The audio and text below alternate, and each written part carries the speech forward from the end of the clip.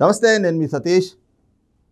ఆంధ్రప్రదేశ్లో అధికార పార్టీ నేతలు మాటలు మాత్రం హద్దులు మీరుతున్నట్లుగానే కనిపిస్తూ ఉన్నాయి. ఇప్పటికే ఎన్నికల కోడ్ అమల్లో ఉంది. ఎన్నికల సంఘం అనేక నిబంధనలు విధిస్తూ వచ్చింది. ప్రధానంగా ఏదైతే మోడల్ కోడ్ ఆఫ్ కాండక్ట్ అమల్లో ఉన్నటువంటి క్రమంలో అధికారులు, ఉద్యోగులు, ప్రభుత్వ ఖజానా నుంచి జీతం తీసుకుంటున్నటువంటి వాళ్ళు అందరూ కూడా రాజకీయాలకి దూరంగా నిష్పాక్షికంగా వాళ్ళు వ్యవహరించాలి. అదే సమయంలో ఏదైతే ప్రభుత్వ ఉద్యోగులు, అధికారులే కాదు, ఆఖరికి సలహాదారులు ఎవరైతే ఉన్నారో సలహాదారులు కూడా రాజకీయపరమైనటువంటి అంశాలపైన ఎక్కడ మాట్లాడకూడదు అంటూ ఒక వైపున ఎన్నికల సంఘం ఆదేశాలు జారీ చేసినా కూడా ఈ రోజున పార్టీలో ఉన్నటువంటి సజ్జల రామకృష్ణారెడ్డి ఒకవైపున ప్రభుత్వ సలహాదారుగా ఉంటూ ఈ రోజు ఆయన చేస్తున్నటువంటి వ్యాఖ్యలు కూడా వివాదాస్పదంగా మారుతున్నాయి. ప్రతిపక్షాలు కూడా అనేక విమర్శలు సంధిస్తున్నటువంటి పరిస్థితి.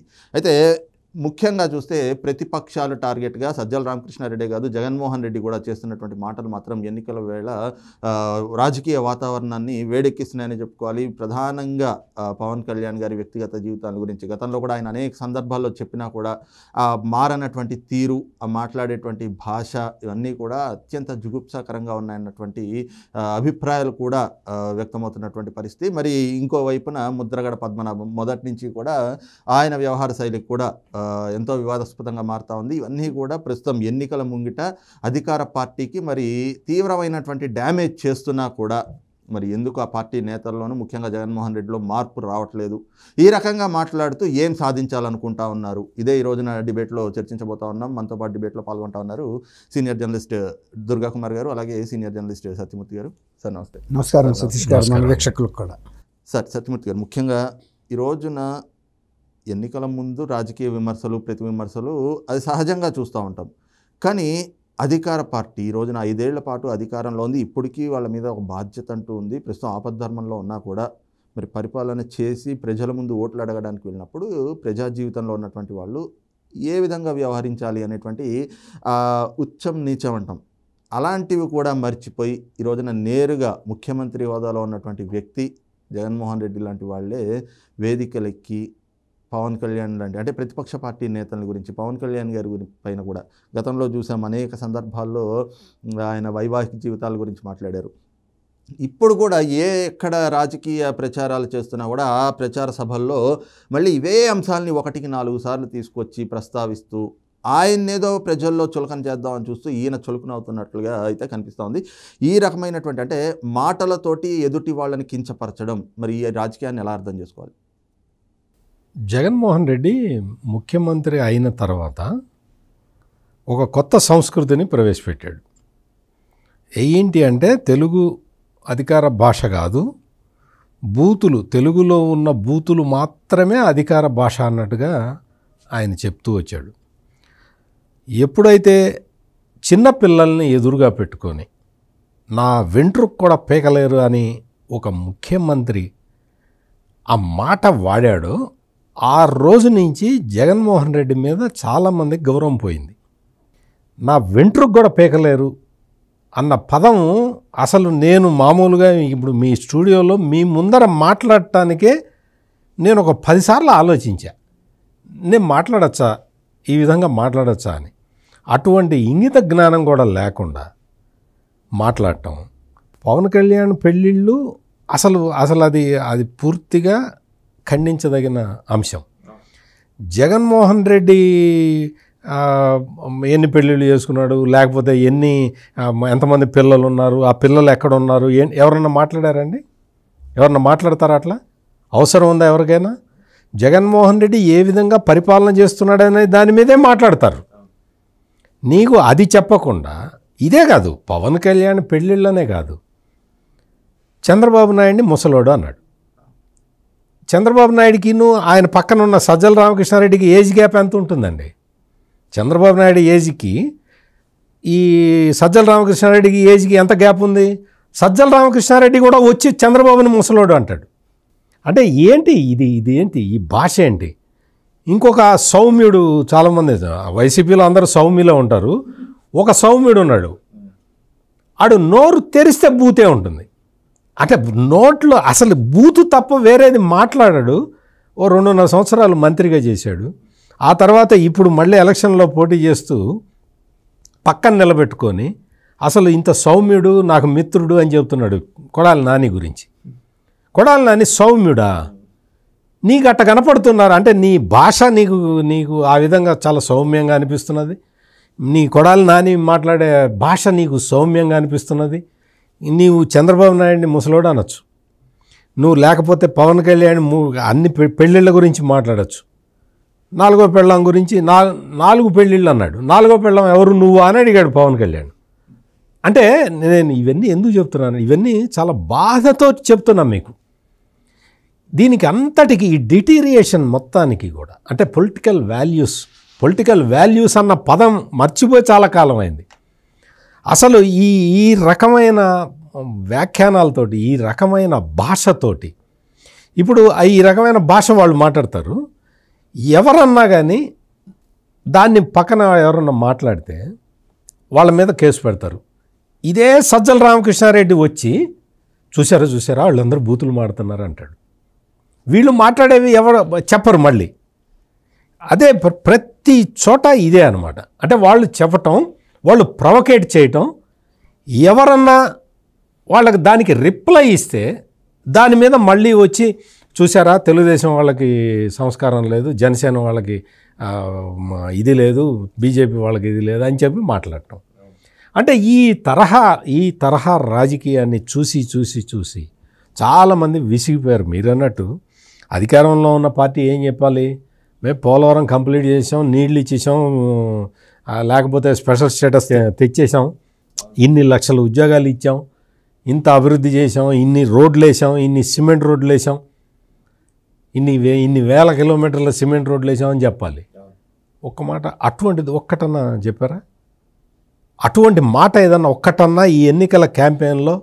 అంత ఎందుకండి, YSR Congress party manifesto release చేసిందా ఇప్పటివరకు?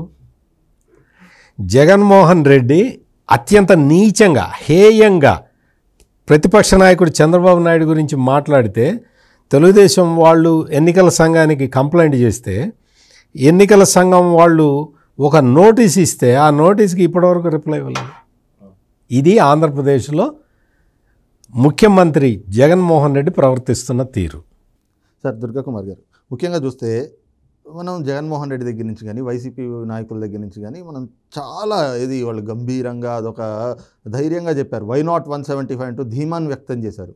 మరి అంత ధీమాన్ని ప్రదర్శించినటువంటి వ్యక్తులు ఈ రోజున ఇంత అత్యంత జుగుప్సాకరమైనటువంటి భాష, అది సహజంగా మనం సామాన్యుల నలుగురు మధ్యలో మాట్లాడాలంటేనే అలాంటి వ్యాఖ్యానాలు, అలాంటి పదజాలాన్ని ఉపయోగించాలంటే కూడా ఆలోచన చేస్తాం. అలాంటిది ఈ రోజున ముఖ్యమంత్రి హోదాలో ఉన్నటువంటి వ్యక్తి, ఆ స్థాయిలో ఉన్నటువంటి వ్యక్తి జగన్మోహన్ రెడ్డి చేస్తున్నటువంటి వ్యాఖ్యలు కానీ, లేదా సజ్జల రామకృష్ణారెడ్డి నిన్న పవన్ కళ్యాణ్ గారిని గురించి ప్రస్తావిస్తూ హైనాలు, లేదంటే కనుక ఊరకుక్కలు, ఈ రకంగా అంటే పశువులతోటి జంతువులతోటి పోలుస్తూ ప్రతిపక్షాల్ని ఇంత అవమానకర రీతిలో మాట్లాడడం అంటే ఇదేమిటి, అసహనంగా భావించవచ్చా, ఎట్లా చూడాలి? ఇప్పుడు సజ్జల రామకృష్ణారెడ్డి గారు ఎప్పుడు వివాదాస్పదమేనండి. ఆయన అసలు ప్రజల నుంచి ఎన్నికైన వ్యక్తి కాదు, ప్రజలకి జవాబుదారీ వ్యక్తి కాదు. అసలు ఆయన ఇప్పుడు రాజకీయాల్లో లేడు, ఒక గ్రామ పంచాయతీ మెంబర్గా కూడా ఇప్పుడు లేడు ప్రజా జీవితంలో. ఆయన కేవలం సాక్షిలో డైరెక్టర్గా ఉండటం వలన ఆయనకి సాక్షి నుంచి జీతం కొట్టేందుకు ఆంధ్రప్రదేశ్ ప్రజల పన్నులు కట్టిన డబ్బులు ఉన్నాయి విపరీతంగాను. అది క్యాబినెట్ ర్యాంక్ హోదాలో కోట్లు దోషిపెట్టాలని ఒక దీంతో తీసుకొచ్చాడు. ఏదైనా సలహాలు ఇస్తే ఆయన ఆ 4 గోడల మధ్యలో తీసుకోవటం వరకు బాగానే ఉండేది. కానీ ఆయన్ని ప్రజల మీద కుసిగొల్పాడు, ప్రతిపక్షాల మీద కుసిగొల్పాడు. ప్రతి అంశం మంత్రులు ఉన్నా కూడా వాళ్ళు నామమాత్రమే, వాళ్ళకి అధికారాలు లేవు, వాళ్ళకి ఏం చేయాలో కూడా తెలిసినంత సీనియర్ మంత్రులు కూడా అక్కడ ఎవరు లేరు. వాళ్ళ మంత్రిత్వ శాఖలో జరుగుతున్న విషయాలు కూడా వాళ్ళు వచ్చి బయటికి చెప్పలేని దుస్థితి. ఎందుకంటే వాళ్ళకి ఆ స్వేచ్ఛ ఇవ్వాల.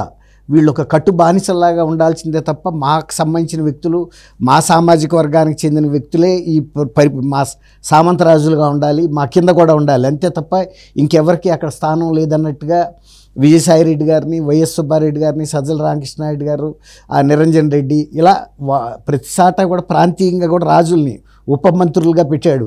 వాళ్ళు చూసుకోవాల్సిందే. కానీ ఇప్పుడు ఒక పోర్ట్ఫోలియో ఒక మంత్రికి ఉంటే ఆయన పక్కన నుంచి ఆ మంత్రిత్వ శాఖకు సంబంధించిన శంకుస్థాపనలు, ప్రారంభోత్సవాలు కూడా సజ్జల రామకృష్ణారెడ్డి గారే చేస్తాడు. అసలు ప్రతిపక్ష నాయకుల్ని విమర్శించే అంత అర్హత ఆయనకి లోక స్టాండ్ ఏముంది? ప్రభుత్వంలో నువ్వెవరివి? నీకేమన్నా ప్రజల ద్వారా ఎన్నికైన పదవి ఉందా, లేకపోతే నీకేమన్నా ప్రభుత్వంలో ఒక సివిల్ సర్వెంట్కి ఎట్టాగు ఉండదు.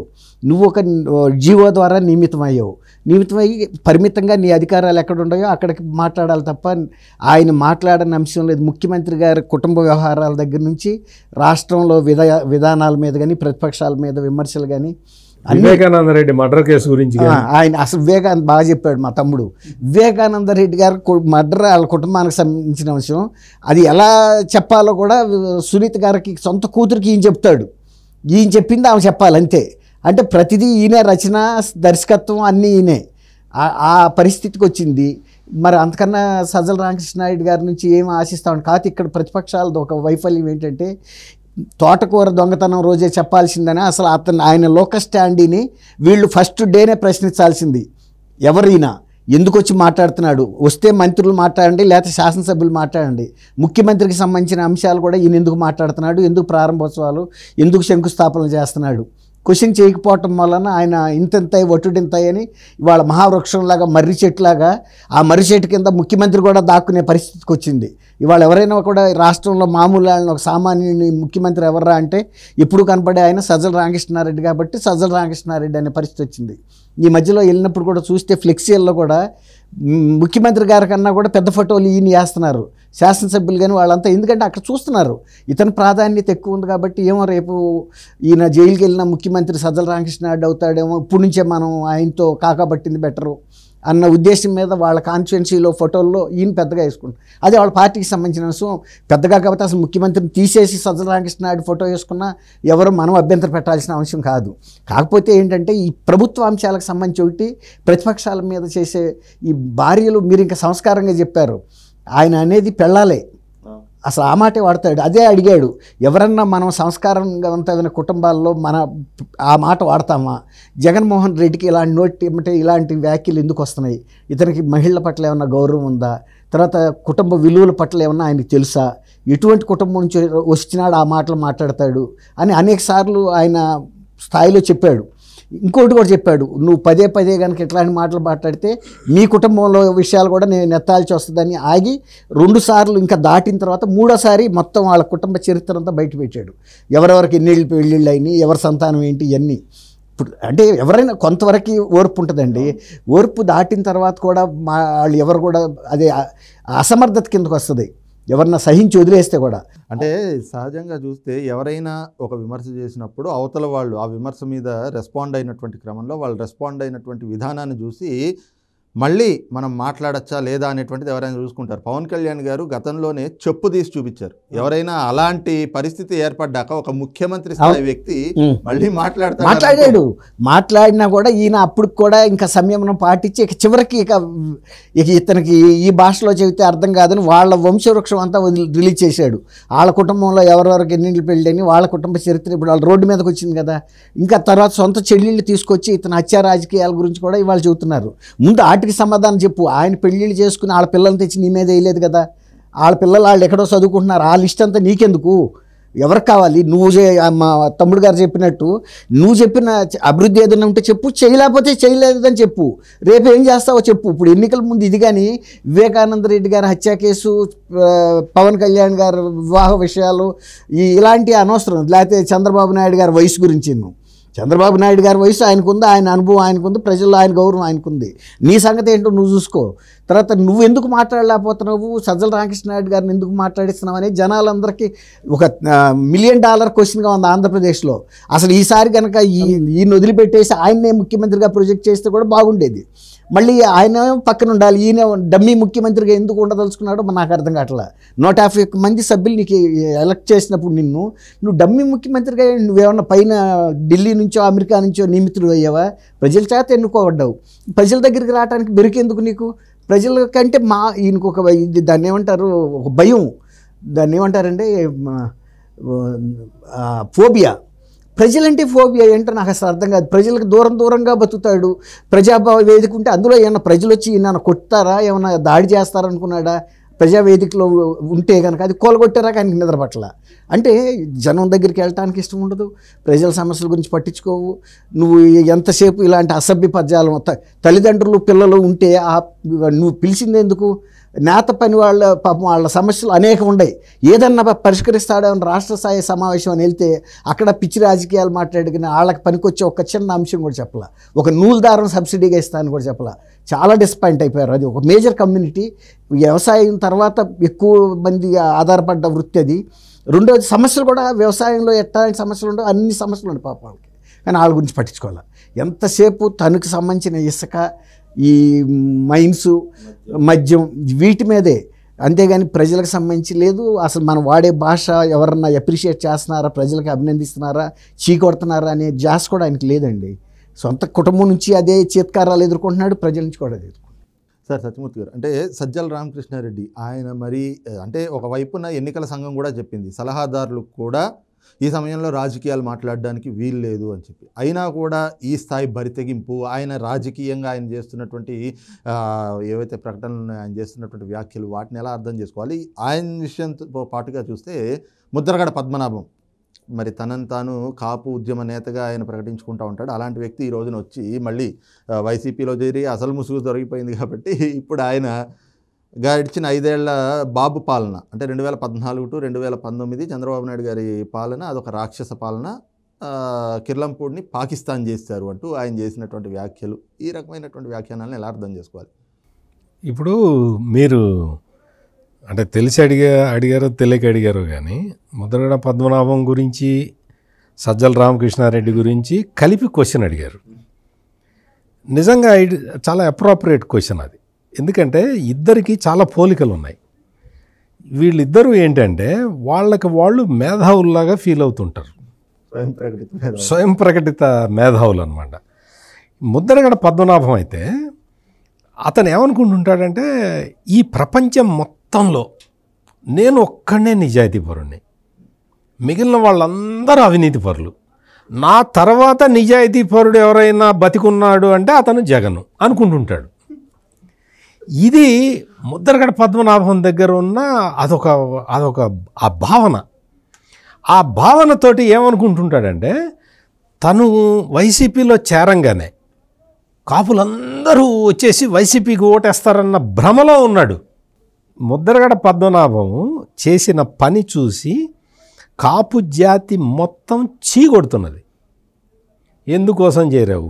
పవన్ కళ్యాణ్ ఏమో నా ఇంటికి వచ్చి అడిగాడా, నా ఇంటికి ఎందుకు రాలేదు అన్నాడు కదా ఈ పెద్ద మనిషి ముద్రగడ పద్మనాభం. మరి జగన్మోహన్ రెడ్డి నీ ఇంటికి వచ్చాడా? నువ్వు ఆ పార్టీలో ఎందుకు చేరావు? ఆ పార్టీలో ఎట్లా చేరావు? అసలు ముద్రగడ పద్మనాభానికి మామూలుగా అంత ముందర కొంత క్రెడిబిలిటీ ఉండేది. ఈయనకి ఇప్పుడు ప్రస్తుతం ఏం చేస్తున్నాడో తెలుసా? ఈ ముద్రగడ పద్మనాభం వచ్చాడు, వైసీపీలో చేరాడు. జగన్మోహన్ రెడ్డి ఏమనుకున్నా అందరినీ ఏంటి అంటే టికెట్ ఇవ్వాలంటే డిపాజిట్ అడిగాడు కదా. ముద్రగడ పద్మనాభంకి ఏంటంటే ఎదురుకట్నం ఇచ్చాడు, ఎదురుకట్నం ఇచ్చి తెచ్చుకున్నాడు. ముద్రగడ పద్మనాభం వచ్చిన తర్వాత సజ్జల రామకృష్ణారెడ్డిను జగన్మోహన్ రెడ్డి ఏం ప్లాన్ చేశారంటే ముద్రగడని మొత్తం అంతా తిప్పుదాము అన్ని జిల్లాల్లో, ముఖ్యంగా ఈస్టు వెస్ట్, ఉమ్మడి ఈస్టు ఉమ్మడి వెస్టు గోదావరి జిల్లాల్లో బాగా తిప్పితే కాపులందరూ మన వైపు వచ్చేస్తారు, ఎందుకంటే ముద్రగడ పద్మనాభం దగ్గర ఒక సమ్మోహన శక్తి ఉంది అని ఏదో ప్లాన్ చేసుకున్నారు. ఆయన వచ్చిన తర్వాత ఇప్పుడు ఒక్కసారి కూడా కిర్లంపూడిలో ఆయన ఇల్లు దాటి బయటికి రాల. ఒక 2-3 ఉంటారు ఆయన దగ్గర చుట్టుపక్కల, వాళ్ళిద్దరిని కూర్చోబెట్టుకొని పవన్ కళ్యాణ్ని తిట్టడం మొదలు పెడతాడు. ఇప్పుడు లేటెస్ట్గా ఏంటంటే పవన్ కళ్యాణ్నే కాకుండా చిరంజీవిని కూడా తిట్టడం మొదలుపెట్టాడు. ఎందుకు? చిరంజీవి ఏమన్నాడంటే, ఆయన ఏమో పెద్ద విషయం ఏం చెప్పాలి, ఆయన ఏమన్నాడంటే కూటమి బాగుంది, ఈ 3 పార్టీలు కలవటం వల్ల ఆంధ్రప్రదేశ్ అభివృద్ధి చెందుతుంది, ఆంధ్రప్రదేశ్ అభివృద్ధి చెందటం నాకు కావాలి అని ఆయన చాలా స్పష్టంగా చెప్పాడు. అందుకోసం కూటమికి నేను సపోర్ట్ చేస్తున్నాను, కూటమి ఐడియా బాగుంది, వాళ్ళు ఇచ్చిన ఎజెండా కూడా బాగుంది అని చెప్పాడు. ఇంతే కదా చెప్పింది. దానికి నువ్వు చిరంజీవిని కూడా తిడతావా? నువ్వు పవన్ కళ్యాణ్ తిడతావా? పవన్ కళ్యాణ్ ఏం అపకారం చేశాడు నీకు? పోనీ పవన్ కళ్యాణ్ సంగతి పక్క, నువ్వు చేసింది ఏంటి? నువ్వు కాపు ఉద్యమ నేతగా నువ్వు పేరు టైటిల్ తగిలించుకున్నావు, కాపు ఉద్యమ నేత అని తగిలించుకున్నావు. నీకు డబ్బులు ఇచ్చింది ఎవరు? నీ ఉప్మాకి డబ్బులు ఇచ్చింది ఎవరు? ద్వారంపూడి చంద్రశేఖర్ రెడ్డి. నీ ఉప్మాకి అంటే నువ్వు కోట్లాది రూపాయలు సంపాదించుకొని నువ్వు ఉప్మా కూడా పెట్టించడానికి నీకు చేతులు రాలేదు నీ కార్యకర్తలకి. నీకు పెట్రోల్ పోయించింది ద్వారంపూడి చంద్రశేఖర్ రెడ్డి, నీకు లారీలు ఇచ్చింది ద్వారంపూడి చంద్రశేఖర్ రెడ్డి, నువ్వు తునిలో రైలు తగలబెట్టడానికి అగ్గిపెట్టించింది ద్వారంపూడి చంద్రశేఖర్ రెడ్డి. ఏం బతుకయ్యా నీది? నువ్వా మాట్లాడి బయటకు వచ్చి కాపుల గురించి మాట్లాడేది? నువ్వా కాపుల ఉద్ధరణ, కాపు జాతి ఉద్ధరణకు నేను పనిచేస్తున్నానని చెప్పేది? నువ్వు కాపు జాతి ఉద్ధరణ కోసం పనిచేసేవాడివైతే నేను కాపులకి రిజర్వేషన్ ఇవ్వను, ఎవరితో చెప్పుకుంటారో చెప్పుకోండి అన్న జగన్మోహన్ రెడ్డి పార్టీలో చేరతావా నువ్వు? కాపులకి రిజర్వేషన్ ఇచ్చిన చంద్రబాబు నాయుడు తిడతావా? ఇప్పుడు చంద్రబాబు నాయుడు ఊరికే మాటలు చెప్పటం కాదు కదా. ఈబీసీ రిజర్వేషన్లు 10% ఇస్తే అందులో 5% తీసి కాపులకి పెట్టేశాడు. ఆర్థికంగా వెనకబడిన కాపులకి నా వంతు సహాయం నేను చేయాలి అని పంపిస్తే నేను ఈ కోటాన్ని డివైడ్ చేస్తున్నాను అని చెబితే కేంద్రంలో ఉన్న నరేంద్ర మోడీ ప్రభుత్వం యాక్సెప్ట్ చేసింది.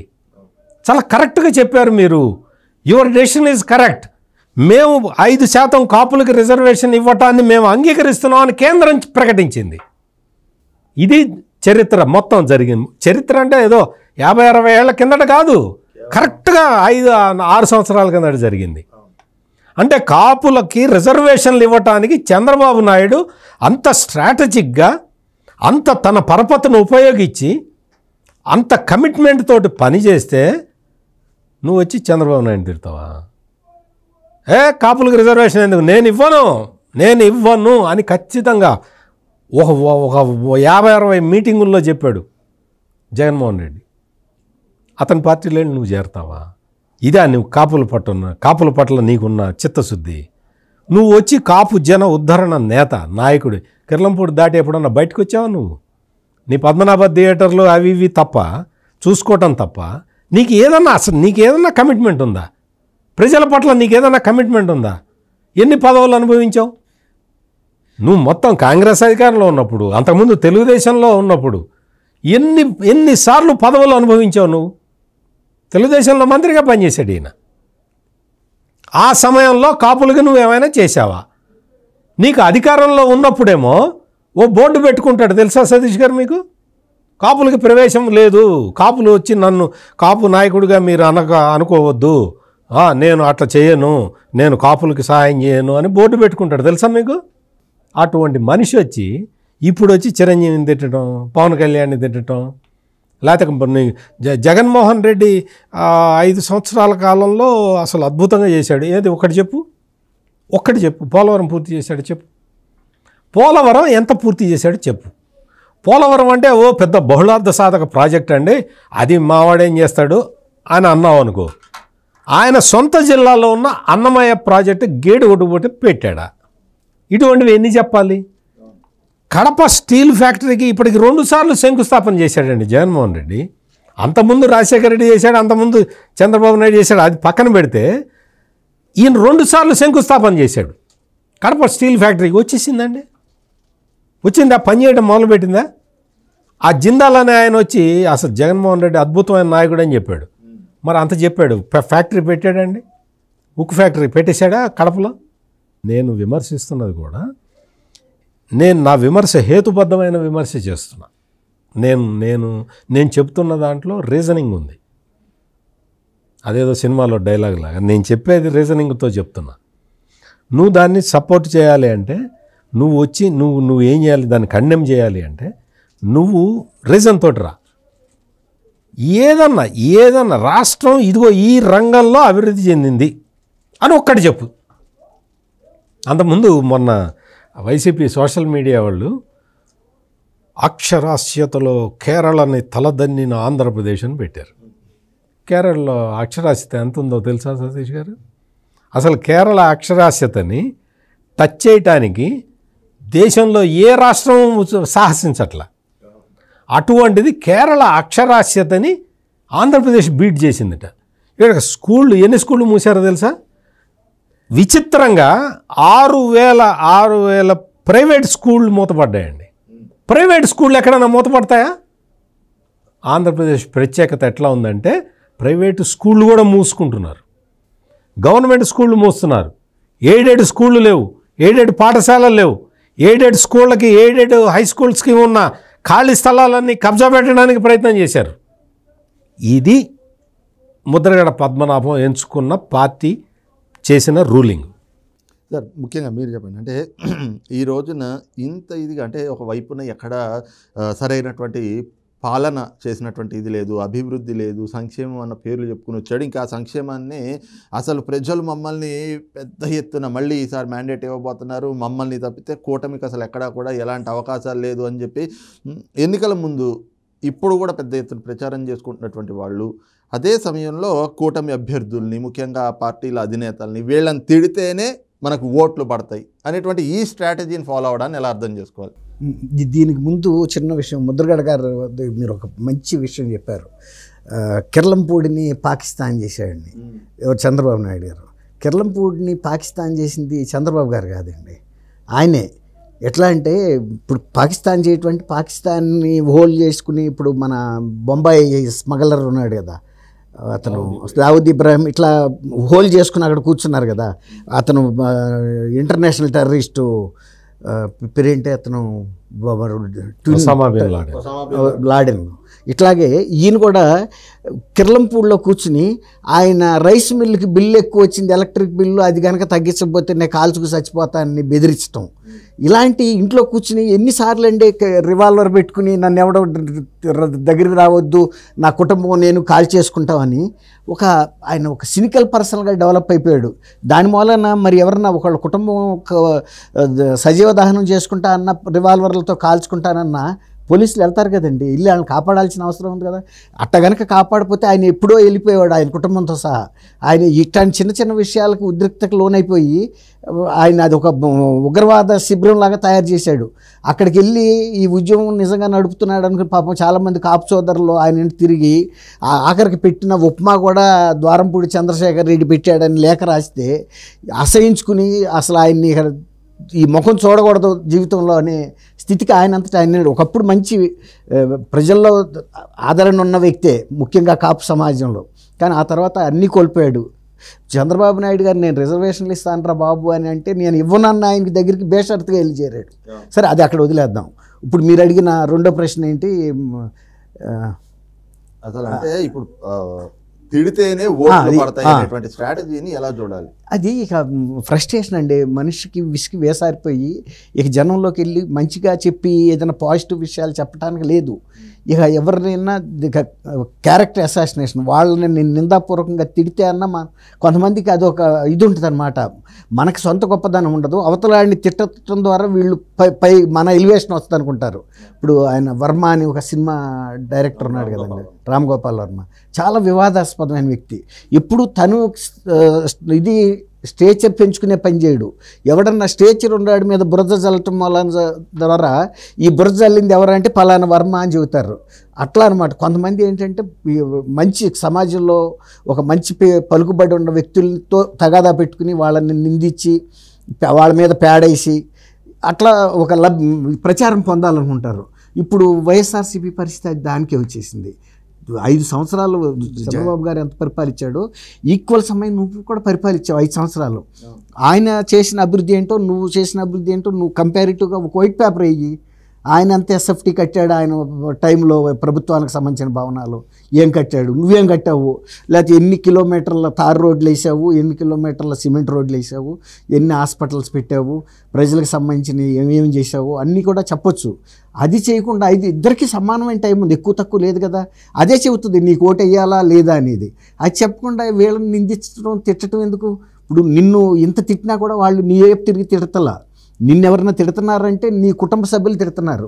నీ మీద ఏమైనా ఆరోపణలు వచ్చినాయంటే సొంత బాబాయిని కూడా చంపి మళ్ళీ అదే వ్యక్తిని తీసుకొచ్చి నువ్వే లోక్సభకి పోటీ పెట్టావు.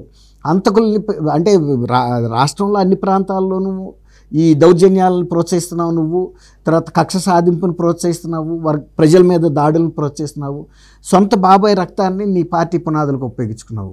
అట్లాంటప్పుడు నువ్వు ప్రజలకి దగ్గరికి వెళ్ళి ఇతరులను నిందించడం వల్ల నీకు పాజిటివ్గా పెరగదు కదా. నీ కుటుంబ సభ్యులన్నా నిన్ను పాజిటివ్గా చెప్పారు, కిందసారి చెప్పారు ఈయన్ని కనుక ఎలక్ట్ చేసుకోండి మీరు, మళ్ళీ ఆయన రాజశేఖర్ రెడ్డి ప్రభుత్వం, రాజన్న ప్రభుత్వం వస్తుందని చెప్పారు. రాజన్న ప్రభుత్వం రాకపోగా ఒక రాక్షస ప్రభుత్వం వచ్చింది ఇవాళ. అందుకే విజయమ్మ గారు కూడా ఏం చెబుతుంది, నేనుగా వచ్చాక ఆంధ్రప్రదేశ్లో నా ముఖం నేను చూపించలేను, నేను చెప్పింది వేరు జరిగింది వేరు కాబట్టి అని ఆ ముఖం తప్పించుకుని అమెరికా వెళ్ళిపోయింది. అట్లా ఏమీ లేనప్పుడు ఇట్లాంటివేనండి, మంచి చేయలేనప్పుడు చెడన్నా చేయమన్నాడు. ఒక తత్వవేత్త ఏం చెప్పాడంటే, ఎవరినన్నా నువ్వు కన్విన్స్ చేయి, వాళ్ళని ఒప్పించే ప్రయత్నం చేయి, ఒప్పించలేకపోతే కనుక వాళ్ళని గందరగోళపరచమన్నాడు, కన్ఫ్యూజ్ చేయమన్నాడు. ఇప్పుడు ఈయన జగన్మోహన్ రెడ్డి చేస్తున్న పని అదే, జనాలు కన్ఫ్యూజ్ చేస్తున్నాడు.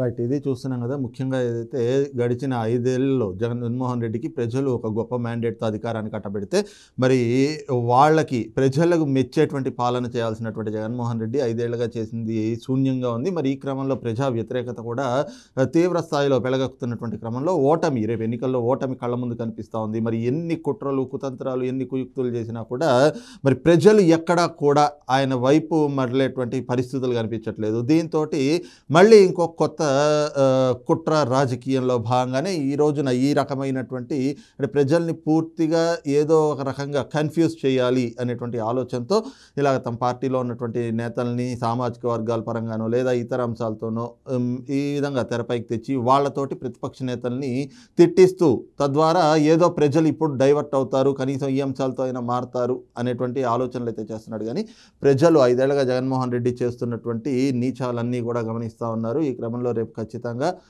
కూటమిని అధికారంలోకి తేవడం, జగన్మోహన్ రెడ్డిని రాజకీయ సమాధి చేయడం కూడా తథ్యంగానే ప్రస్తుతం ఆంధ్రప్రదేశ్లో ఉన్నటువంటి పరిస్థితులు చూస్తే అర్థమవుతా ఉంది అన్నటువంటి భావన కూడా సీనియర్ జర్నలిస్ట్ దుర్గా కుమార్ గారు అలాగే సీనియర్ జర్నలిస్ట్ సత్యమూర్తి గారు వ్యక్తం చేస్తూ ఉన్నారు. ఇది ఈ రోజు ఉన్నటువంటి డిబేట్. మరొక అంశంతో మళ్ళీ రేపు మీ ముందుకు వస్తాం. Thank you sir. Thank you Satish గారు.